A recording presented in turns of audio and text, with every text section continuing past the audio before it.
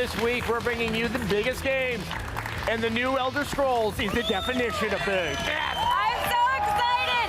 Skyrim gives players over 16 miles of land to cover. There's danger around every corner. You know, like huge freaking dragons. Scary dragons. Let's get an exclusive look at the game. Yes.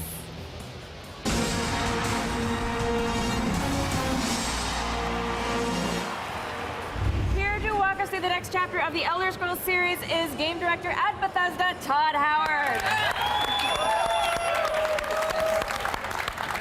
I don't even actually know where to start because I have so many questions, but It's that big a game. maybe we should start with just finding out what you brought us today.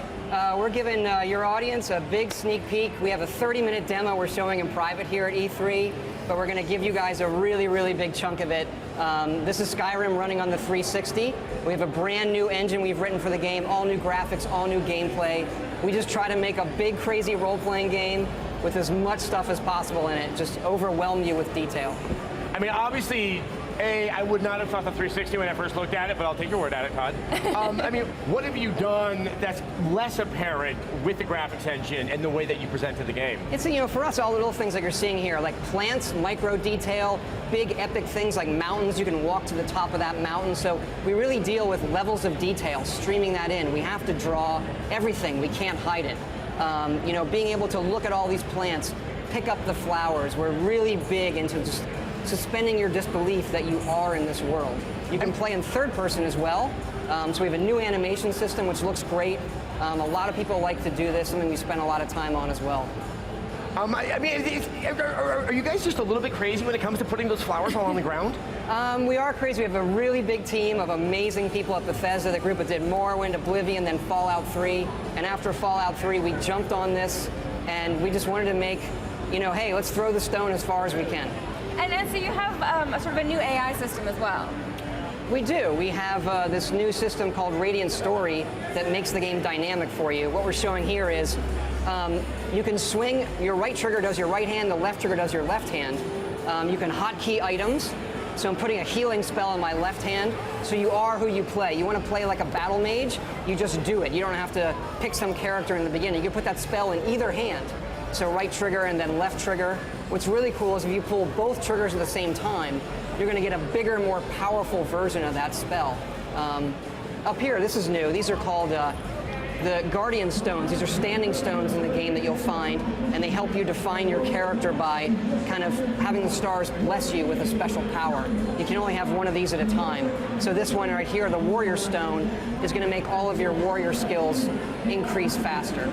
But so this is not something that you pick in the beginning of the game. This is something that happens along the way. No, you find them as you play. These three are kind of the basic ones. You find them very quickly. All right, looks like we have some combat here. We got some wolves here, and as you do things, you know, using your sword, using your shield, you're just going to get better at those things automatically. Your skills are going to go up, and then every skill you increase is going to make you push more toward leveling. This is cool. First time we're showing it the game's interface.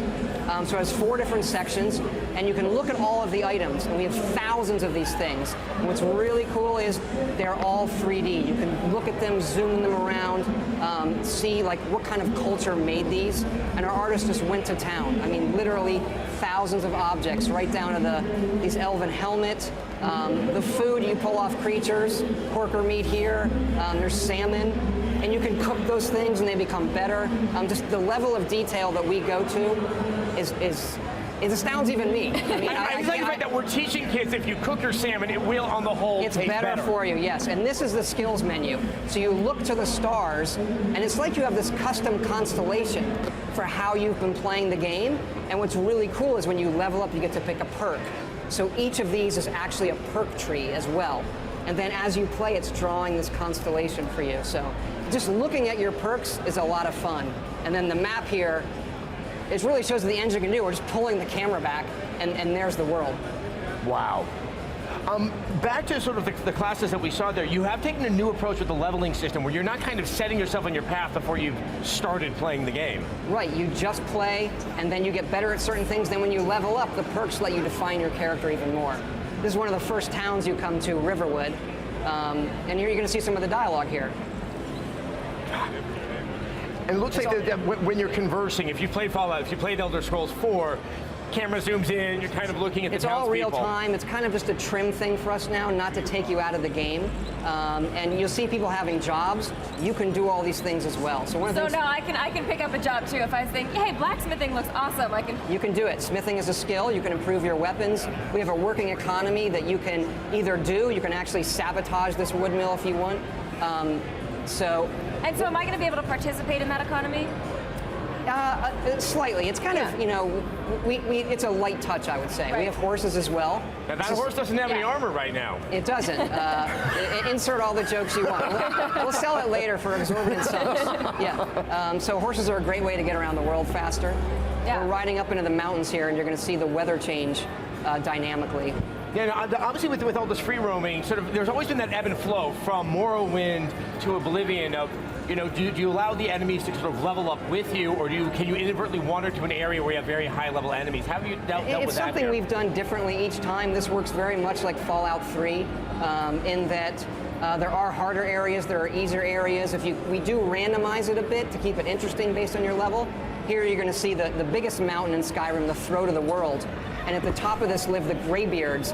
They're masters of the voice, and that's one of the powers you learn. This is one of our dungeons, Bleak Falls Barrow. It's one of our over 150 dungeons in the game. And here, the ancient Nords used to worship dragons, and they're long lost to the Elder Scrolls, but as you guys know, they're back in this game.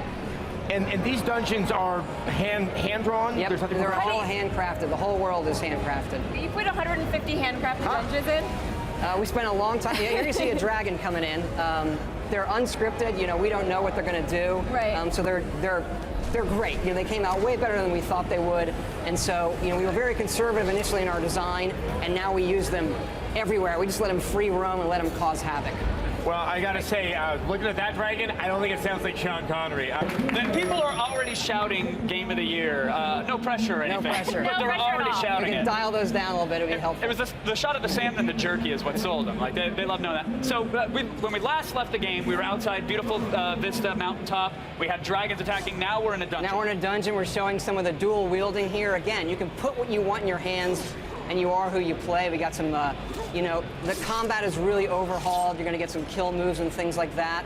And constant feedback too. I've noticed like every action that you do, you're getting some sort of Yeah, you know, if you affordance on just play screen, the letting you game, know. it's going to tell you, hey, you're getting better at this.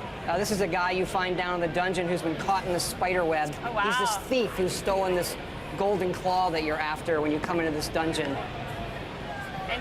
And so, I mean, in true Oblivion style, I mean, Elder Scrolls style, you can decide if you want to free him, save him, or just nuke him with your Right, fire but hand. then he's a jerk and takes off, so he gets his. There we go.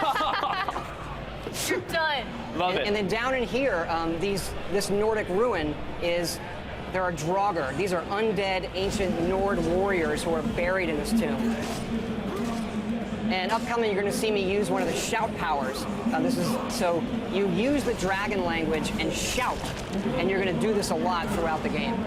That's cool. And so now you learn the words, but then you have to kind of unlock the power of the word. You Is that do the case? unlock them by absorbing dragon souls, and there is some of that coming up. Okay.